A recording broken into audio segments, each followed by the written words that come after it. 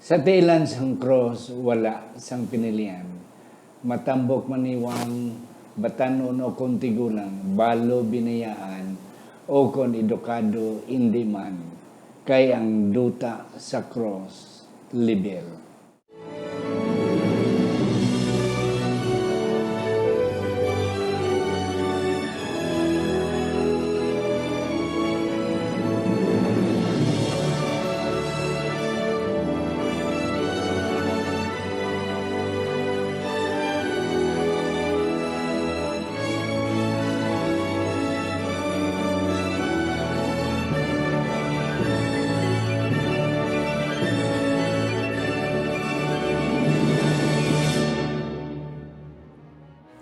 Ang pagtuon subong, ang simanal nga pag-usisa, pag-review, o kon pagtuon sa atong nga leksyon sa eskwela sa Batika.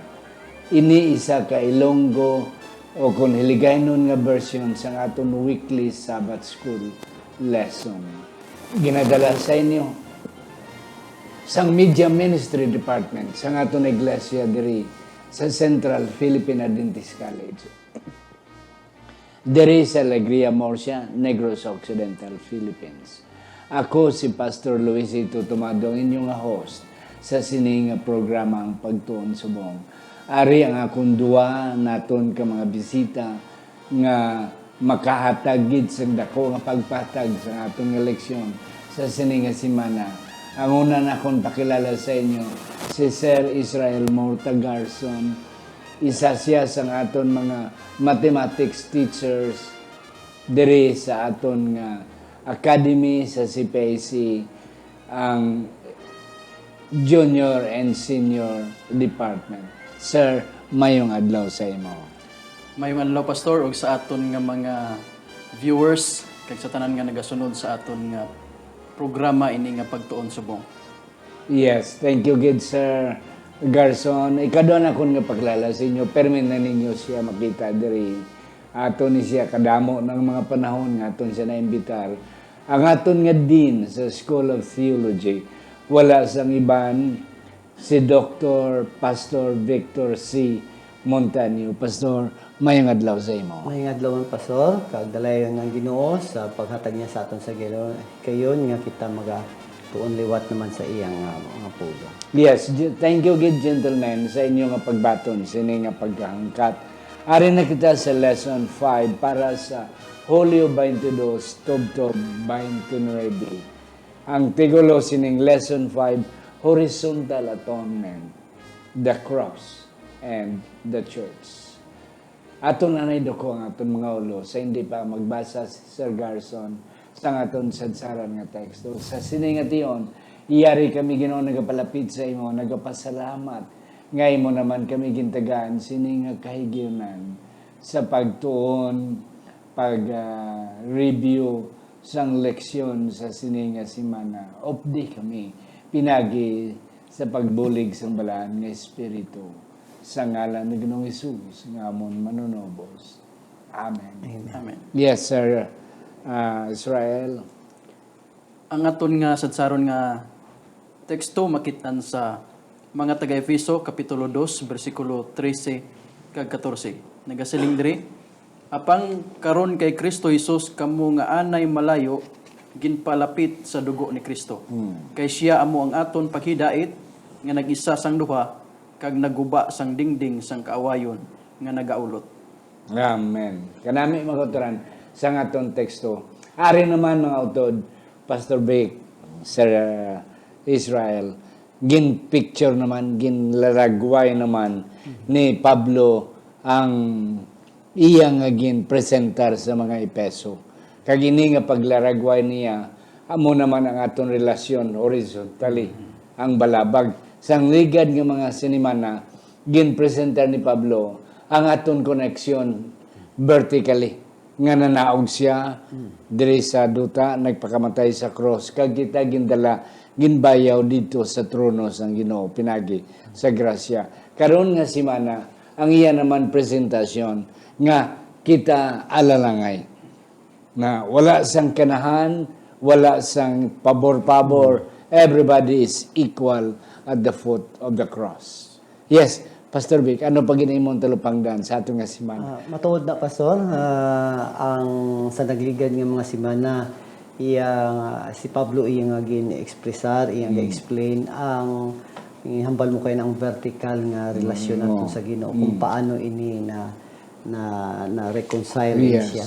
Karon naman, ang horizontal dimension naman, nga sa diin, amo naman ni ang relasyon between sa kada isa sa aton, kung paano ang cross naka-epekto sa relasyon naton sa kada isa. Amen. Yeah. Amo na ang atong palabuton magsunod. Yes, Sir Israel, ano pa ginahimo ng talupangdan?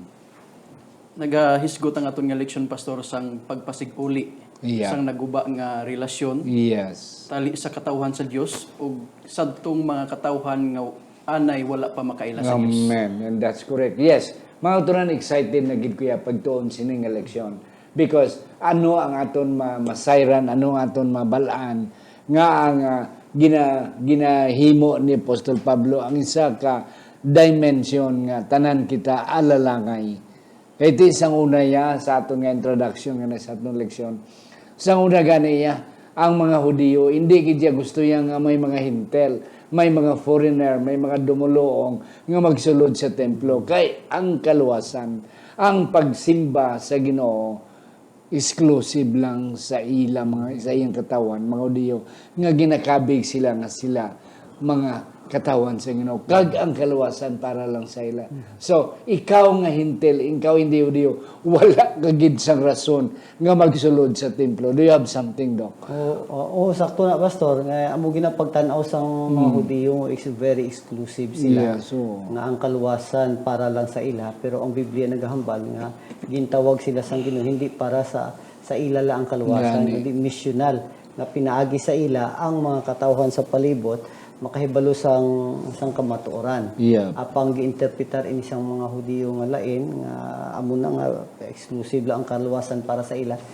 Sumatso nga bisan pa sa pagpanimbawon sa templo gimbutangan nila sang wall pagani separation between Gentiles and the Jews. Ang hintil ka dala kala sa outer court ka lang. Pero kung ikaw Hudiyo, pwede ka makasulod. Amo nang ilang pagpagtan-aw sa yes.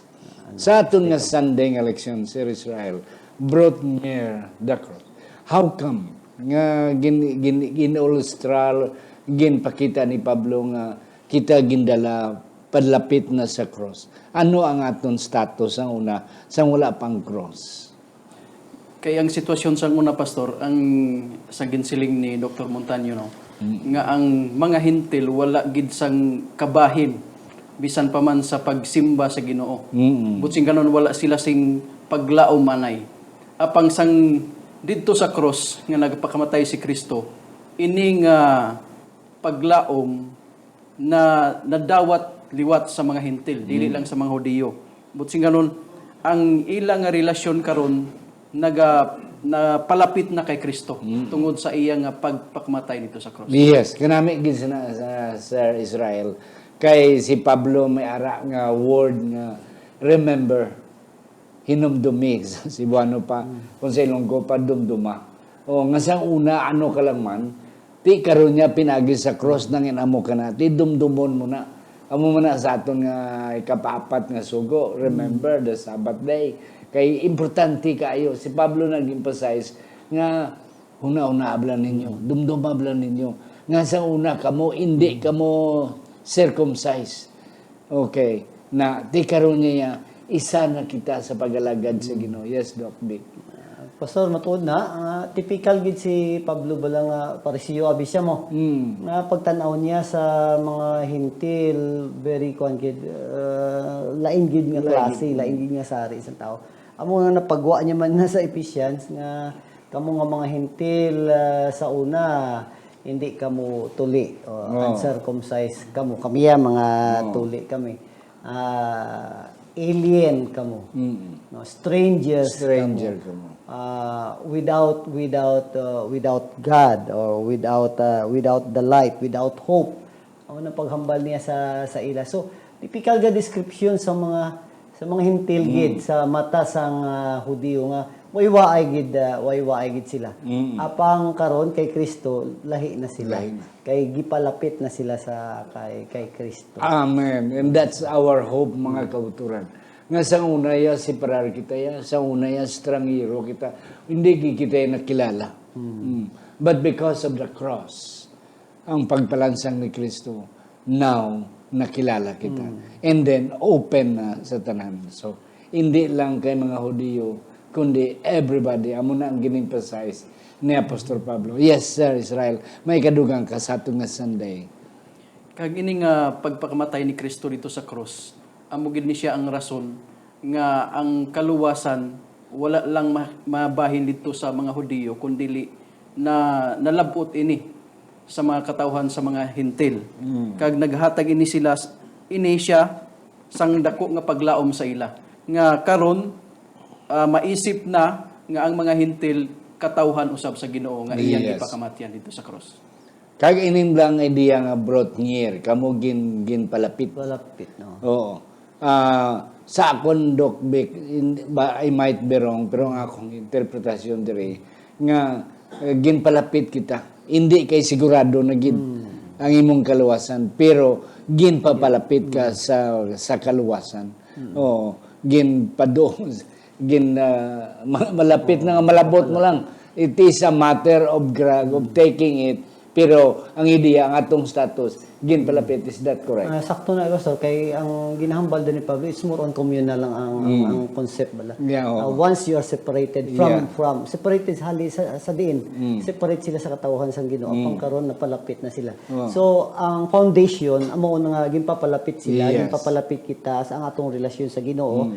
Once nga natapos ini, nahimo ini nga pundasyon, karon ginpapalapit na kita sa kada isa. So ang hintil kag ang mga Hudiyo napalapit na Yes. once they were separated. So it all happens in Christ. They were brought near. Kag kanami si Pablo kay gigamit niya ang Isaiah chapter ang atong lesson chapter 57 verse 19. Kag ang kanami sini kay ang ginput side by side ang ining pulong nga brought near ginpalapit. It was put side by side with the word healing. Healing. Now they are healed. We were healed, or Gentiles are now healed. Tungod sa ang nagapahil man lang gid ang gahom sa aton nga Ang nagabulong. Ang nagabulong. Yes.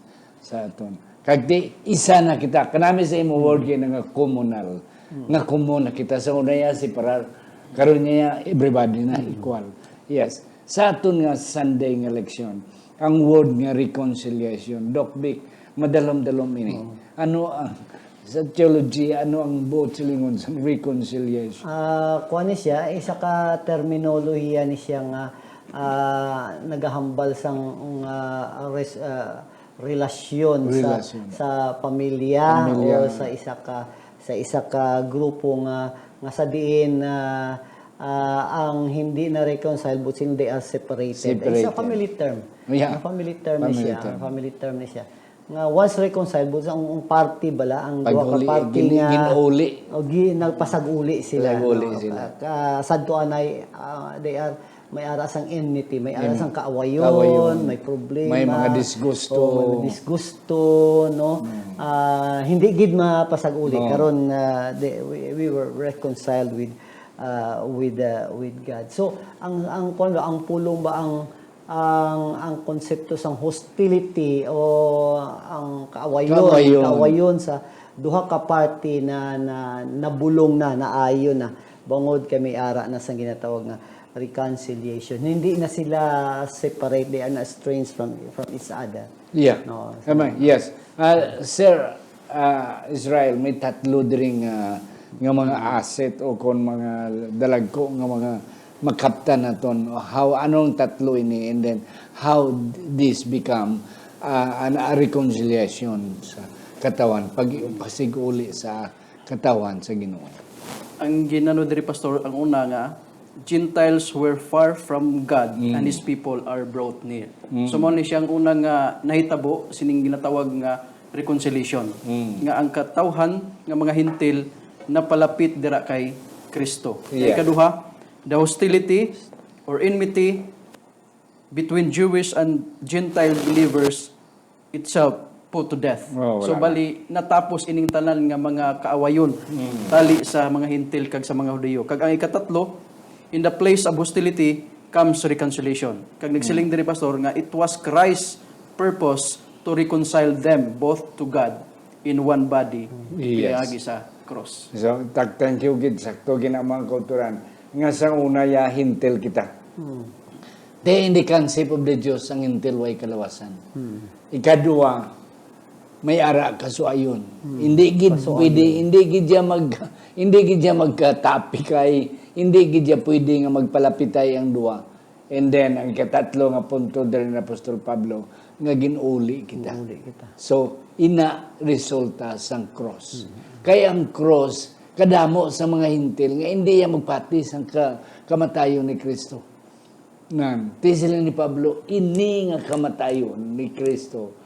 Amo ni ang nag-isa sa aton, both you, kay kita nga mga Hudiyo, kag ang mga hintil. Yes, Yeah, kanami bras ang ginhambal ni diri ni Pablo kay naghambal siya reconcile both to God. But silingon hindi lang ang hintil nga na reconcile kundi pati man ang mga Hudiyo. Kay pastor sa tubangan sang Ginoo ang hintil kag ang Hudiyo makasasala gid. We are all separated from God, no. The moment nga naghimo gid, no, the moment nga na separar kita sa pagpakasala sang aton nga ginikanan, napalayo gid kita. Karon kay na-reconcile na kita sa Ginoo, ang hintil kag ang Hudiyo man, i-reconcile man kita sa Dios kag naghambal diya into one body. So into one na kita. So isa na, hindi na nga may isa ka pundok ang hintil nga amo kamodra kamo ang pagsimba nyo sa inyo mga Dios simbahon nyo ang nature amo nang paagi nga makakilala kamo sa Dios kag ang mga Hudiyo makakilala kamo sa Dios pinaagi sa pagsunod nyo sa sugo no karon lain na ang kabilugan na sila nga ara na sa Yes. sa Dios. Okay. Sa atong nga Tuesday, Sir Israel, breaking down the dividing wall, na-mention na ni Pablo dere nga ginkuha niya ang kasuguan. Kasama nga ordinansa nga amo ang nagabalabag. Ang buot silingon bala nga wala na sa napulo kasugo or ano nga klase ina nga wall kay di nang mention ni Pablo nga ini ang kasuguan daw amo ni ang alad amo ni ang pader nan anong imo natulupang dandre sir. So may mga practices ang mga Hudiyo sa ilang nga panahon sang una, sang wala pa napatay si Kristo nga nagpabudlay, no? Nagpabudlay kini sa dili lang sa mga Hudiyo kundi dili labi na gid sa mga hintil nga hindi sila makapalapit nila kay Kristo. Pero sa panahon nga napatay si Kristo kag ang ilang nga relasyon napasiguli, may nadula. Ini hindi about sa Ten Commandments, Pastor. About ini sa mga ceremonial laws. Yes. No, nga ilang ginapractice ang una.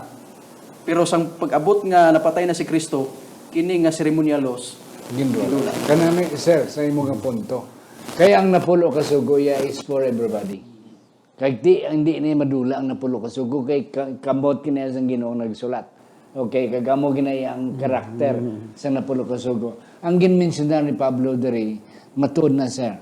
Ini mga kasuguan sa ordinansa amo ni ang ceremonial law. Kay sa una ya, kung hindi ka Hudiyo, hindi kaya ka upod-upod sa mga haladalad na okay, hindi wala kaya wag kagidlabot. Ti amo na sila ni Pablo, amo na ang nagabalabag nga ang mga tao makatuman sa napulo kasugo because amo na ang nagabalabag ang seremonya nga ginapatihan sa mga Hudiyo nga amo ang makabulig sila sa pagtuman sa napulo kasugo. Amo na sila ni Pablo gindula na nasa cross sa Kalbaryo. Yes, Pastor. Yeah, Pastor, I agree nga hindi ini nagapunto sa napulo kasugo. Napulo kasugo. Kay si Pablo, according to our lesson, nagahambal man diri nga may dako siyang respeto sa kasuguan mo. Ang Roma 3:31 kag Roma 7:12 nagahambal nga ang kasuguan perpekto. Perfecto. Kag wala gigindula ang kasuguan. So ano ini siya nga kasuguan ni ginahambal ni Pablo ni Pablo. Amo nang ginahambal ang mga seremonyalo kay nga man laws and ordinances. Ang ginamention. So amo ni mga ceremonial practices nga amo ni ang nagapadivide sa ila mo. Kaga mo lang natabo sa templo Yes. tungod sa mga ordinansya, Ordinansa. sa mga sugo nila bala nga giduga nga wala man tani na siya.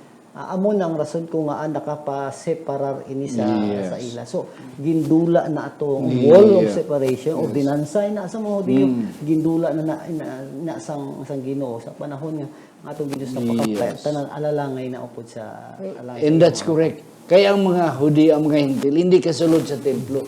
Nga dito ang mga seremonya ginahimo. Dito ang mga pagpatay sa mga halad, sa mga kanding, mga karnero, mga baka.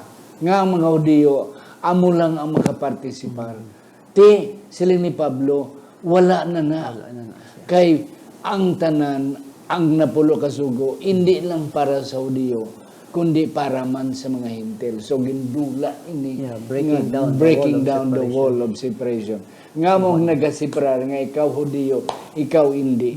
Okay. Ikaw yung makasulod, makaabel ka to sa mga haladalad to, makakaon ka to sa shewbread, makaintra ka to sa Day of Atonement. Pero ikaw yung mga Hintil, ikaw yung mga stranger, ato ka lang layo, 1 kilometro ka to ya, tanaw-tanaw ka lang to. And that's it. Yeah, may idugang ka, Sir Garson. Kay ang kadto nga mga practices pastor, amo man to ang rason nga ang mga Hintil bisan pa man ang mga Hudiyo na budlayan sa ilang sitwasyon sadto. Pero sa ginasiling sa aton nga lesson, ang kamatayon ni Kristo amo gid ang nagtapos sini tanan. Yes. Nga ang tanan may access na didto sa templo. Yeah. Sir, akong dawaton ang imong punto nga bisan ang mga Hudiyo ginabudlayan pagtuman sa napulo kasugo. Imagine sa kaso ni Maria Magdalena. Okay, si Maria Magdalena nadakpan sa pagpanapaw sa pagpanglahi. Sa sugo ni Moses siya batuhon gid ang ano ni ang makasala ang mag-obra sa adlaw nga Sabado, magkitaan ka lang nga trabaho ka, batuhon ka gid way kuskus balamos hasta mapatay. Na tibisan ang mga Hudiyo mismo, bubugatan sila sa pagtuman sa napulo kasugo. Kay mga kauturan, ang napulo kasugo, hapus tumanon. Kung aton lang tumanon, pinaagi sa gugma.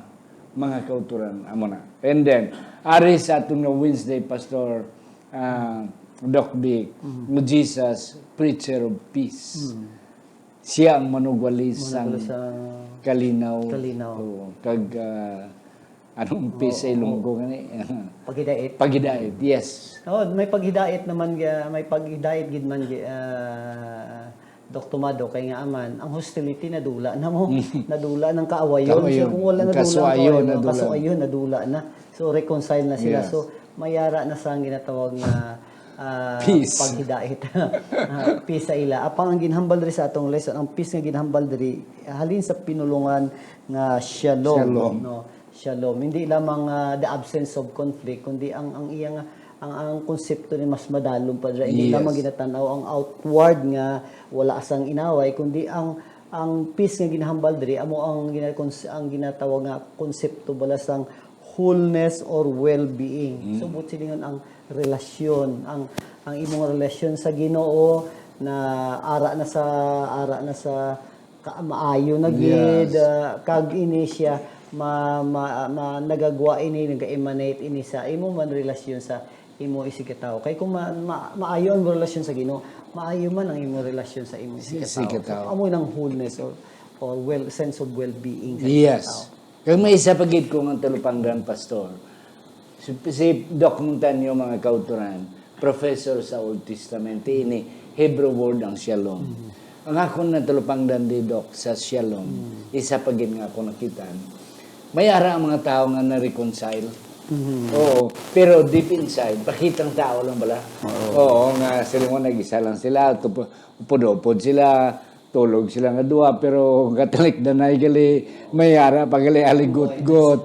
Yeah. Amo ni ang punto ni ni Pablo. Ngayon ang shalom, it is totally kwan gid balaya. Oh, inang wala gid bala kaya sang kaber konsensya o siya ano nati amo na kada Sabado shalom. When we say shalom, in other words, everything is clear. We are all peace. Amo nang sila ni Jesus, peace I live unto you, and then I give my peace, I give to you. Because ang peace, ang paghidait sang Ginoo, wala sang duda, wala sang gamay nga nabiling. Everything is clear. Yes, sir. Kag ang ini nga kalinaw o paghidait ni diskutan sa aton lesson pastor, ang source ini amo si Kristo. Nan, kanami. Nga kung nara si Kristo sa aton nga kabuhi, sa aton nga pamilya, Amen. sa aton nga simbahan, ang matuod-tuod nga kalinaw ang mga aton. Amen. And that's correct, sir. Kanami, kaya, sir. Sinang imong punto. Nga ang makahatag sini is only Christ. Hindi mahatag ni Marcos, hindi mahatag ni Biden, hindi mahatag ni Putin. Ini nga kalinaw. It's only Jesus. Kaya amo na ang ginambal ni Pablo.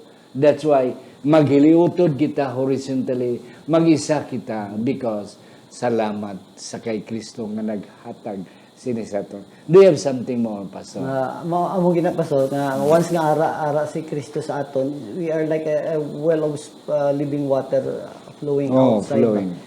Ang ano na ang karakter na sang ni Kristo amo na ang magagwa. So kay Prince of Peace siya, amo kita dapat kay ara kita kay Kristo ang paghidait mapagwa man naton. So ma-share man naton Yes. sa iban. Kaya muna siya, kaya na nga paghidait is overflowing. So, ma-overflow, madalangin man, mag-contaminate ang iban.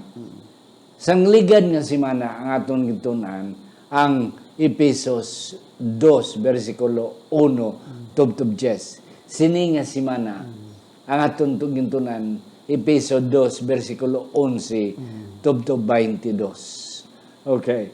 So, sangin na sangligan nga si Mana, ang aton pag-solidarity, ang aton pag-isa, is vertical. Nga isa na kita sa Ginoo. Pero ini ang Epesos 2, versikulo 11 to 22, ang aton pagkasulid, pagkaisa, pagkapagon is to everybody. Yes, na amo na siya. So ano pagid sir imo na nakita Andre sa aton nga Thursday nga election? So sa ginasiling mo pastor nga ang kamatayon ni Kristo wala lang maghatag sang vertical benefits sa aton. Kundi naghatag ini sang horizontal benefits nga ang sa intro nimo kanina nga wala sing labaw sa aton. Yes. Tanan Equal. tungod kay ang grasya kag ang gugma ni Kristo dito sa krus nga iyang ipakita sa aton para gid sa matag isa. Yeah.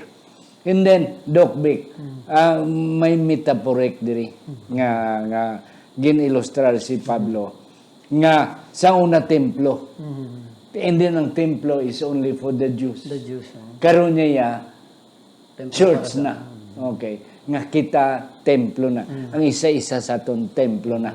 Ang paghiliusa sang tagsa-tagsa, it becomes a church. Ano na, Doc Vic? I really agree, Pastor, nga gigamit niya ni Ecclesia mo, ang pulo nga Ecclesia, church, temple.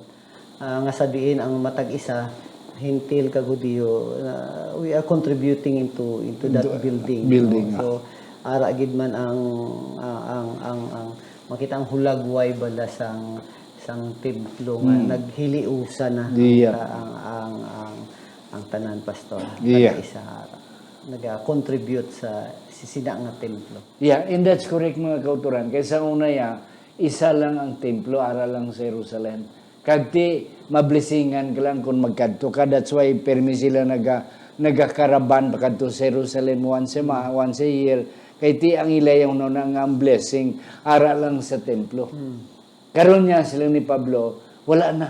Kada isa sa atong templo na. Nan. Kag ang kanami temple of the living God. The temple of the living So God. buhi gid bala. Yes. Hindi siya static. Oo. Kundi dynamic siya. Kanan.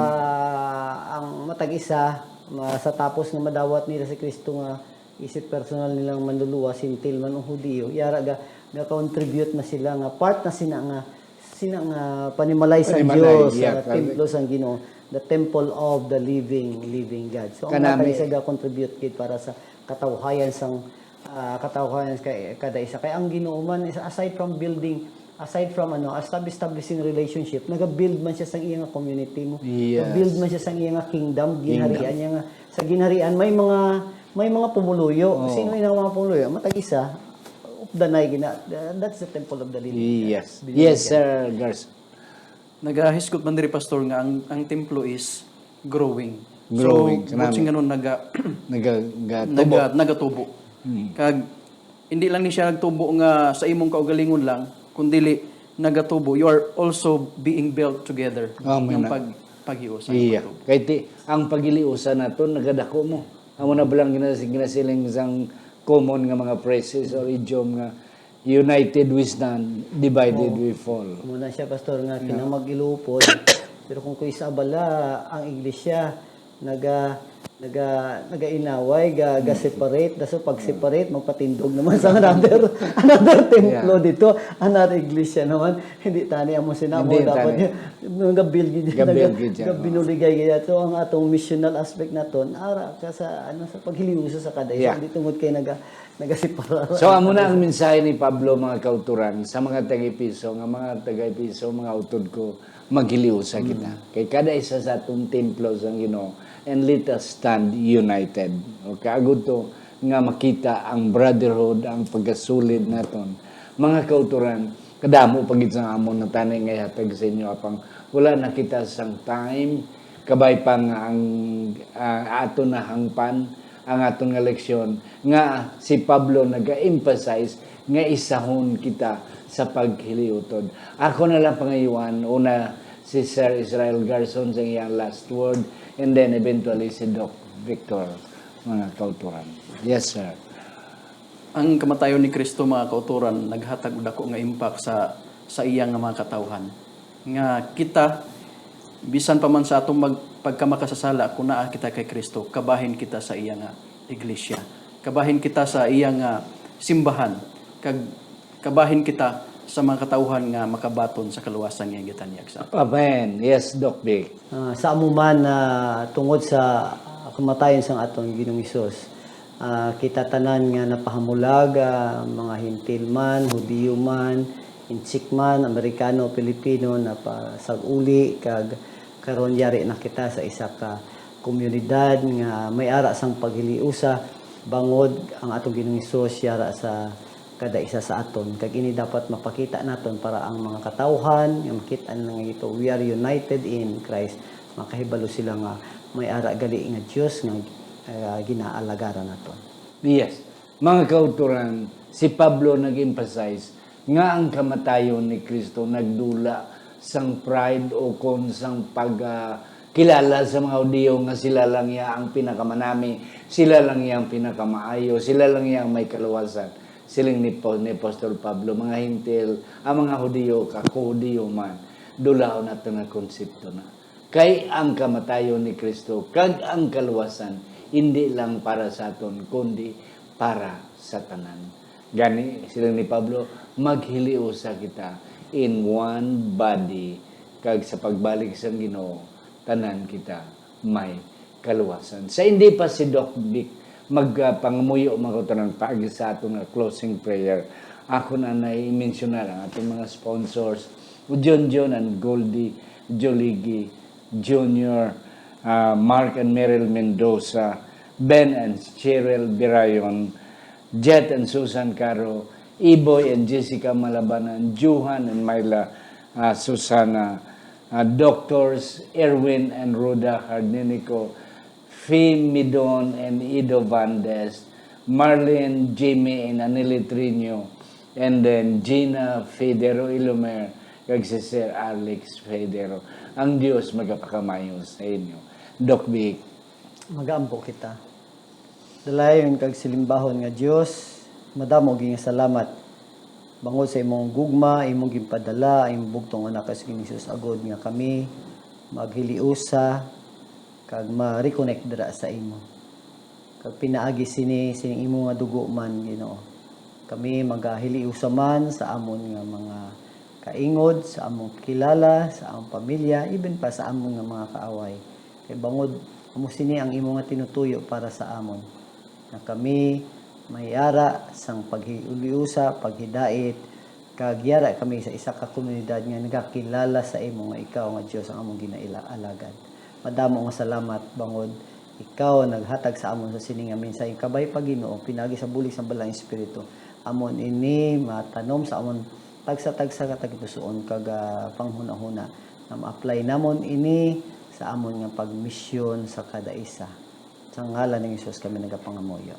Amen. Amen.